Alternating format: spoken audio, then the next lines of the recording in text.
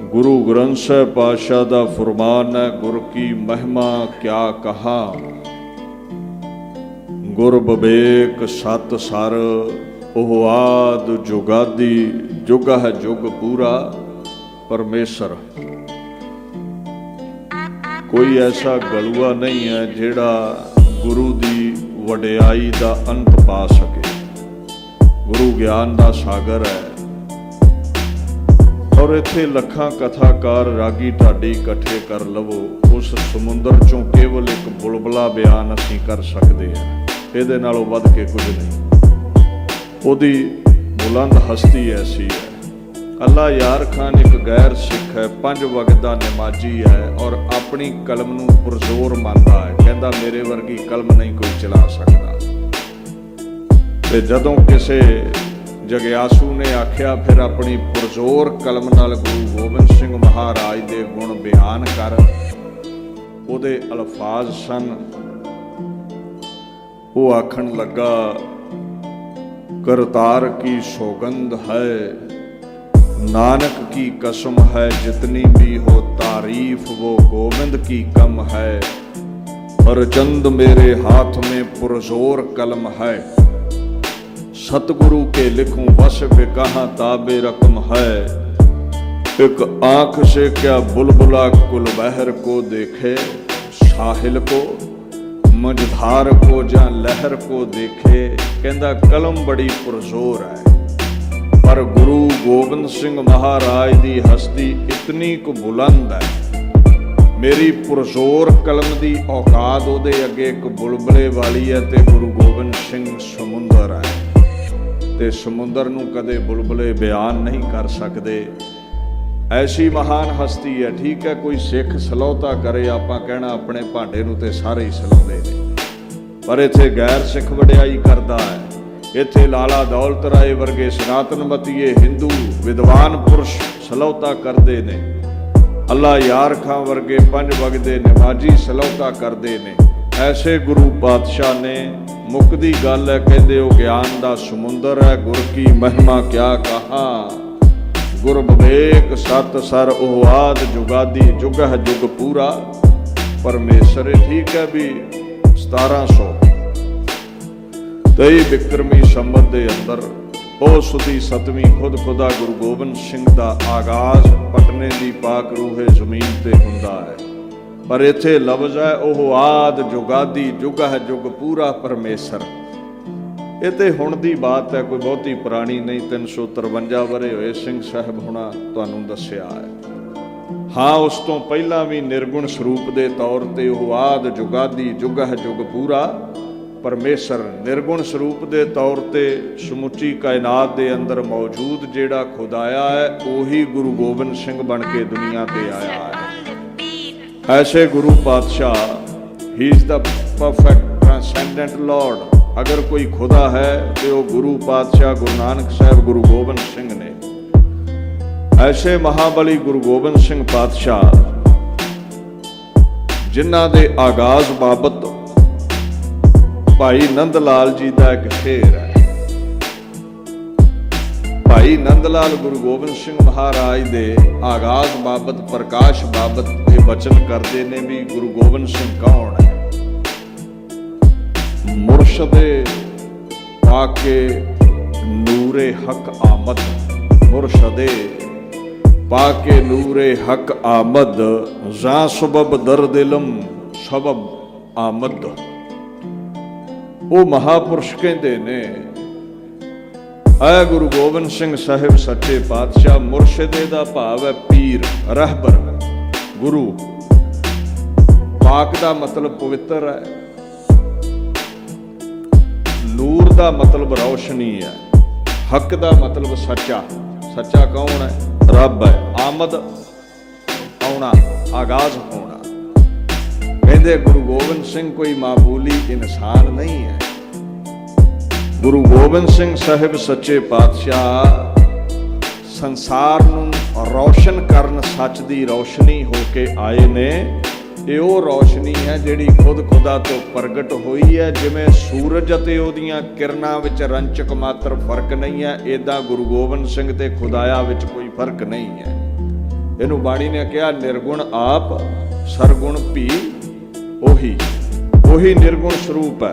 He himself is absolute, he himself is unrelated। ਕਿਤੇ ਉਹ ਜੋਤ ਸਰੂਪ ਹੈ, ਕਿਤੇ ਸਰੀਰ ਬਣ ਕੇ ਦੁਨੀਆ ਤੇ ਉਸ ਦਾ ਆਗਾਜ਼ ਹੋ ਜਾਂਦਾ ਹੈ। ਔਰ ਦੂਸਰਾ ਅਕਾਲ ਪੁਰਖ ਤੋਂ ਪ੍ਰਗਟ ਹੋਈ ਜੋ ਰੌਸ਼ਨੀ ਹੈ ਗੁਰੂ ਨਾਨਕ ਸਾਹਿਬ ਉਹਦੇ 10ਵੇਂ ਜਾਮੇ ਨੇ।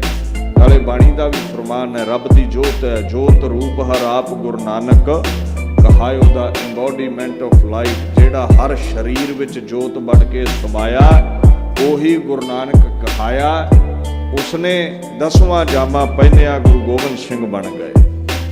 ਤੁਸੀਂ ਜਦੋਂ ਬਾਣੀ ਪੜ੍ਹਦੇ ਹੋ ਕਿਤੇ ਭੇਦ ਨਾ ਰਵੇ, ਕਿਤੇ ਜ਼ਿਹਨ ਵਿੱਚ ਇਹ ਖਿਆਲ ਨਾ ਰਹਿ ਜਾਵੇ ਆਪਣੇ ਵੀ ਇਹਨਾਂ 10 ਵਿੱਚ ਕੋਈ ਫਰਕ ਹੋਵੇਗਾ। ਕਹਿੰਦੇ ਤਾਂ ਤੇ ਅੰਗਦ ਭਇਓ ਤਤ ਸਿਉ ਤਤ ਮਿਲਾਇਓ, ਅੰਗਦ ਕਿਰਪਾ ਧਾਰ ਅਮਰ ਸਤਿਗੁਰ ਥਿਰ ਕੀਓ, ਅਮਰਦਾਸ ਅੰਮ੍ਰਿਤ ਛਤਰ ਗੁਰ ਰਾਮਹਿ ਦੀਓ, ਗੁਰ ਰਾਮਦਾਸ ਦਰਸ਼ਨ ਪਰਸੋ ਕਹਿ ਮਥੁਰਾ ਅੰਮ੍ਰਿਤ ਬੈਣ, ਮੂਰਤ ਪੰਚ ਪ੍ਰਮਾਣ ਪੁਰਖ ਗੁਰ ਅਰਜਨ ਪਿਖੋ ਨੈਣ। ਜੋਤ ਉਹੀ ਰਹੀ ਹੈ, ਜੋਤ ਓਹਾ ਜੁਗਤ ਸਾਈ ਸਹਿਕਾਇਆ ਫੇਰ ਪਲਟੀ ਹੈ। ਜੋਤ ਉਹੀ ਹੈ, ਕੇਵਲ ਜਾਮਾ ਬਦਲਿਆ, ਚੋਲਾ ਬਦਲਿਆ। ਜਿਵੇਂ ਕੋਈ ਰਾਜਾ ਹੈ, ਰਾਜ ਦਰਬਾਰ ਵਿੱਚ ਉਹਦਾ ਲਿਬਾਸ ਹੋਰ ਹੋਵੇਗਾ, ਮਹਿਲਾਂ ਵਿੱਚ ਜਦੋਂ ਆਰਾਮ ਕਰੇਗਾ ਲਿਬਾਸ ਹੋਰ ਹੋਵੇਗਾ। ਰਾਜਾ ਨਹੀਂ ਬਦਲਿਆ, ਲਿਬਾਸ ਬਦਲਿਆ ਹੈ। 10 ਜਾਮੇ ਅਕਾਲ ਪੁਰਖ ਦੀ ਜੋਤ ਨੇ ਬਦਲੇ ਨੇ। ਅੱਛਾ, ਗੁਰੂ ਗੋਬਿੰਦ ਸਿੰਘ ਪਾਤਸ਼ਾਹ ਨੇ ਤੇ ਅਗਾਂਹ ਵੀ ਕਿਹਾ ਆਪਣੀ 10ਵੀਂ ਬਾਣੀ ਅੰਦਰ, ਸ਼੍ਰੀ ਨਾਨਕ ਅੰਗਦ ਕਰਮਾਨਾ ਅਮਰਦਾਸ ਅੰਗਦ ਪਹਿਚਾਨਾ। ਕਹਿੰਦੇ ਜੋਤ ਹੋਈ ਸੀ, ਜਾਮੇ ਬਦਲਦੇ ਗਏ। ਜਦੋਂ ਜਾਮੇ ਬਦਲਦੇ ਗਏ ਪਾਤਸ਼ਾਹ ਕਹਿੰਦੇ ਕਈਆਂ ਨੇ ਤੇ ਇਹ ਮੰਨ ਲਿਆ ਵੀ ਜਾਮੇ ਹੀ ਬਦਲੇ ਨੇ, ਤੇ ਕਈ ਤਰਕ ਕਰ ਦਿੰਦੇ ਨੇ ਇਹ ਹੋ ਨਹੀਂ ਸਕਦਾ, ਇਹ ਹੋ ਨਹੀਂ ਸਕਦਾ, ਕਿਉਂਕਿ ਦੁਨੀਆ ਦੇ ਵਿੱਚ ਕੋਈ ਐਸਾ ਹਕੀਮ, ਕੋਈ ਡਾਕਟਰ ਨਹੀਂ ਜਿਹੜਾ ਇੱਕ ਸਰੀਰ ਚੋਂ ਜੋਤ ਕੱਢ ਕੇ ਦੂਜੇ 'ਚ ਟਿਕਾ ਦੇਵੇ। ਠੀਕ ਹੈ, ਅੰਗ ਬਦਲੇ ਜਾ ਸਕਦੇ ਨੇ, ਪਰ ਜੋਤ ਨੂੰ ਇੱਕ ਸਰੀਰ ਚੋਂ, ਇੱਕ ਮੁਜਸਮੇ ਚੋਂ ਦੂਜੇ 'ਚ ਟਿਕਾ ਦੇਣਾ ਇਹ ਨਹੀਂ ਕਰ ਪਾਇਆ ਕੋਈ।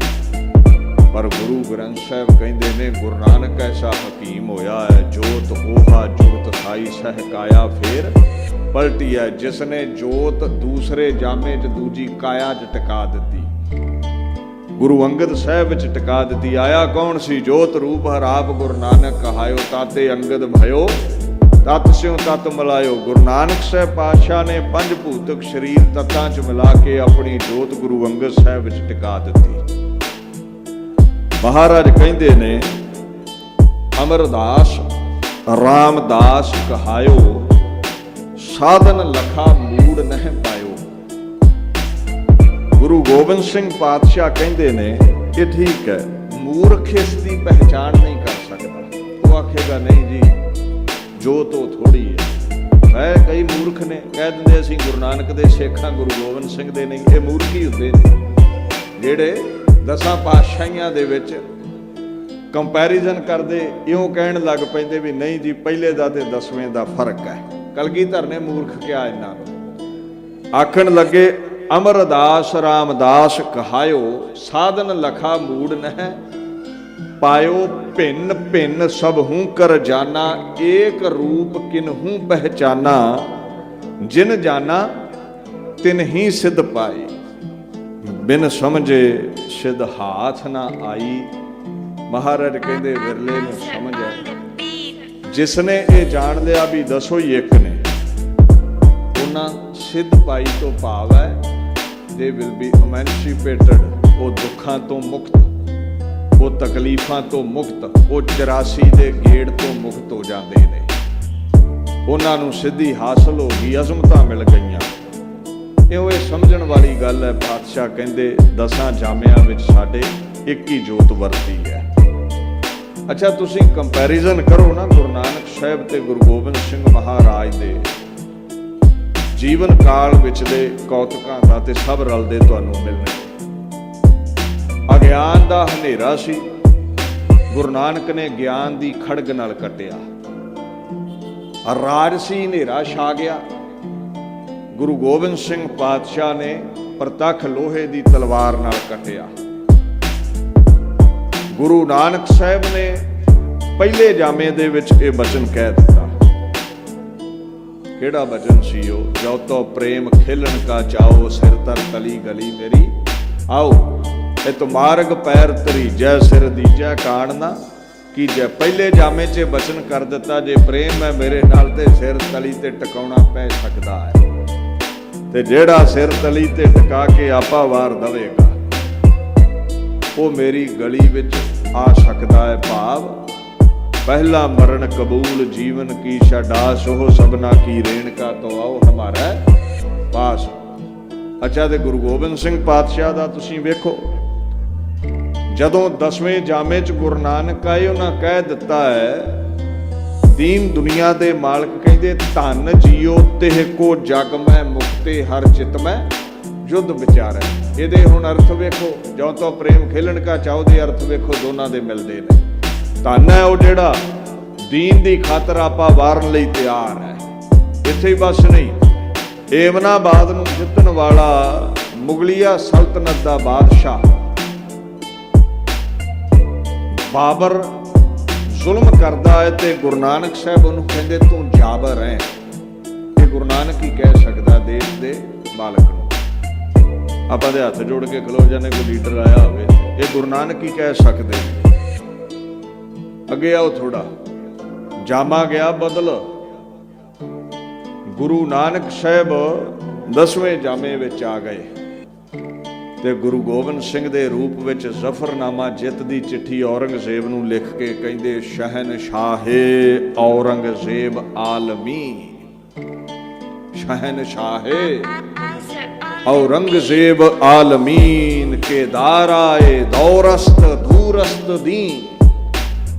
ऐ शहनशाह औरंगजेब, तू बादशाह है, हाकम है, तू वड्डा तख्त है तेरा, और बादशाह होण दे नाल नाल तू धर्म दा पोशाका भी पाया है। कहंदा सी इस्लाम नू सारी दुनिया च मैं फैलावांगा, पर कहंदे मैं तैनू सच्ची गल दसां, तेरे कोल केवल लिबास है, तेरी कोई भी करनी धर्मियां वाली नहीं है।